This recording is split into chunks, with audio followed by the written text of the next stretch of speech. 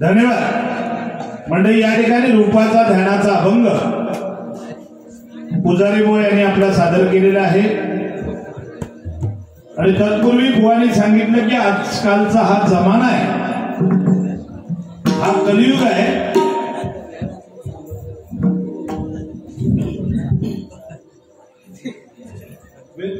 काय नाही तर बुवांनी सांगितलं आजकालचा हा जमाना असा आहे, परिस्थिती बदललेली आहे की फाटक्याला किंमत आलेली आहे। कॉलेजच्या बाहेर म्हणाले पोरगी आणि पोरी एकदा पडलो की बघणारा कसा वाटला की बॉम्बस्फोट झालो की काय, पुढे पाठी सगळीकडे बदललो भोकाच भोका। म्हणजे आमचे बुवा किती बारकाईने बघतात प्रत्येक गोष्ट ती बघा। म्हणजे कॉलेज सुट्ट्या कधी आणि थंय कोणाचे खैखै भोकात रोजकेर केस नाही, कोणाचे खैखै भोकात ती बघूक जाता बघा। किती हुशार बाजू जोडी बाजू लय भारी आहे, घरात टाकते लय म्हणजे लय भारी। काय सांगाल गुलामान पोचलेलोच हा आंघोळ करूची म्हणतात मशीनी द्या, आंघोळ करूची मशीन द्या। ते म्हणतात त्या मशीन मध्ये जर एखाद्या घातलो आणि लाईट गेली भारीच सांगतात, जनरेटर इन्व्हर्टर काय वाटतं, इन्व्हर्टर जनरेटर बरोबर ना। त्यामुळे लाईट गेली तरी जवळजवळ 2-2 तास 5-5 तास बुवा प्रॉब्लेम काय नसता। आंघोळ करू काय असे काय हातात लागतं 5 मिनिटाचं काम। बरं समजा लाईट गेली, साबण न लावता बाहेरीला त्याच्यात काय बरं, तुम्ही साबण लावलास काय आणि नाही लावलास काय, अक्को जरी समजा साबण संपवला तर तुमच्यावर परिणाम होणारा भारी माणूस हा बाबा देवाचे म्हणजे ह्याचा पण अँटिनाचा भारी चांगला आहे अँटिना। हा सीता इंडिया राम येऊचो, राम इलो लक्ष्मण येऊचो, हा म्हणजे तो फिरवणारो मेलो कर मात ह्यो काय ना सांगो का घरात बसून आपण रामायण बघून मोकळे आणि त्या बिचारा फिरवणारो मेलो कर मात अर्धा तास गेलो निघून त्याच्यातच। काय परिस्थिती आहे बुवा, पण जमाना बदलला तरी बुवानी सांगितलं की सध्या फाटक्याची किंमत वाढली, खरं आहे ते। अगदी पूर्ण जीन्स आपण घेतली तर 1000-1200 मिळता बघा, जास्ती असतं 1500, पण 2-4-5 ठिकाणी फाटलेली घेतली असतं 2500-3000 हजार। बरा गंमत अशी या मंडळी की ती पॅन्ट पोरगो एखादो घालता त्याची गंमत काय, त्याची 30ची कंबर असली किती 30ची तर पॅन्ट असता 32 ते 33ची। देवा शपथ 32ची पॅन्ट घालणार, 30ची कंबर आणि समजा सत्यनारायणाची पूजा आणि आमच्या पुढे समजा तो दर्शनात खाली वाकलो व काय दर्शन घेतल्यासारखं वाटतं। देवा शपथ हातातलो कॉइन थै टाकायचो,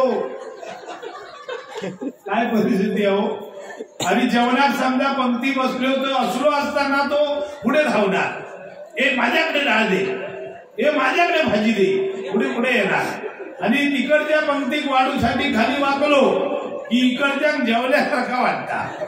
देवा शपथ त्यांना वाटतं अगदी भरपूर जेवलंय बस झाला, काय परिस्थिती आहे हो। जमाना बदलला, परिस्थिती बदलली। खरंच सांगते बघा काय काय लोक असे हुशार असतात, चोचरो असताना चोचरो ते का बोलो नको म्हणून सांगायचे आमचा तो मुद्दाम बोलणार। देवा शपथ असे 3 महिने होते, 3 महिने होते, तिन्ही चोचरो आणि पोरगो बघू किलो इल्याबरोबर बापाशी सांगला बोलो गो तुम्ही तोंडात ना आवाज काढायचो नाही। आणि दरवाजाच्या आड 3 जणी आणि काय झाला, पप्पा बोलले ए कमल चहा घेऊन ये, मोठी होती ती चाय घेऊन पुढे येली इल्याबरोबर त्याच्या पाहुण्यातला एक हुशार होतो, तो विचारता, बेबी तुझं नाव काय?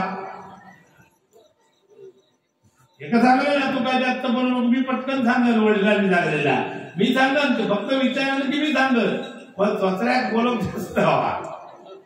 त्या लगेच म्हणतात, दुसरी बाजू आली होती ती का खुणावता, दुसरी बाई ती म्हणतात, हो सांग, नाव सांग.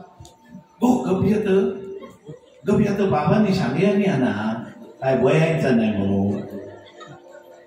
असा म्हटल्याबरोबर दपटी होती ती म्हणतात, हो ताई वय या, आता तू तरी गपिया, म्हणजे ह्या वयान नको या. मग परिस्थिती काय बघा.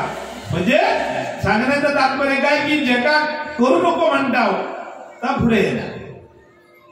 लक्षात येणार. आता टकल्याचा विषय काय ते सांगतात की जो तो बुवा माझ्या टकल्यावर जाता. आता माका सांगा ह्यांच्या टकल्यावर थंय जाणार हो, जाणार होय. टकला केवढा त्याच्यावर चढणार होय, जो तो माझ्या टकल्यावर जाता आणि घसरण पडत काय बोया.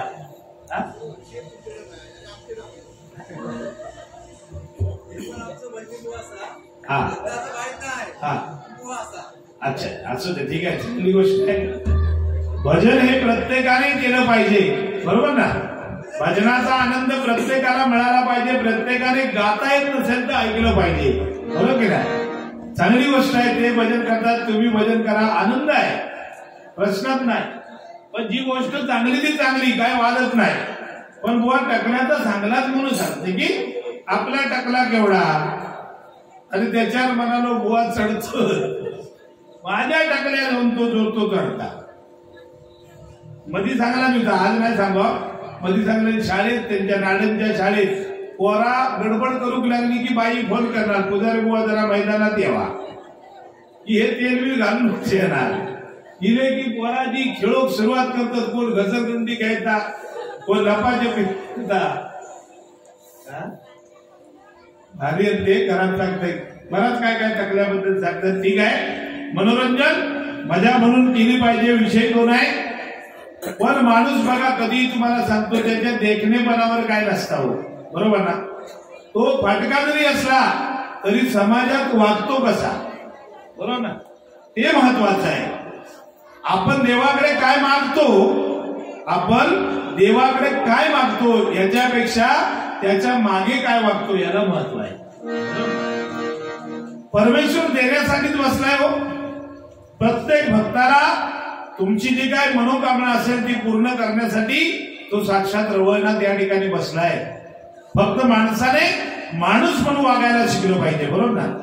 माणसाने माणूस म्हणून वागायला शिकलं पाहिजे. मुळाने सांगितलं कलियुग आहे, परिस्थिती बदलली. आज बघा लग्नाची किंमत नाही राहिली, हळदीची किंमत वाढत चालली. लग्नात काय नाही मजा, पण हळदीक लय मजा. बरं जे हळदीक येत ते दुसऱ्या दिवशी लग्नात येतीलच हिची गॅरंटी नाही. खरा की गोटा सांगा, जे हळदीक येतात ते लग्नात नाही, कारण ते उठतात कशाचा काही. हे बचाव म्हणणार देव आता सुरुवात करत. ते कधी येणार, संध्याकाळी वरातीक जागेवाला. वरातीक परत कलियुग आहे, परिस्थिती बदललेली आहे. काळाय तस्मै नमा, काळाप्रमाणे सगळं बदलत जाणार आहे, हे आपण थांबवू शकत नाही. आणि म्हणून प्रत्येक माणसाने लक्षात ठेवा की आपल्याला परमेश्वराचं नामस्मरण हे आपल्याला जपलं पाहिजे. आणि म्हणून भजन ह्याचं कारणच आहे. भजन हे परमेश्वराच्या जवळ जाण्याचा उत्तम मार्ग आहे.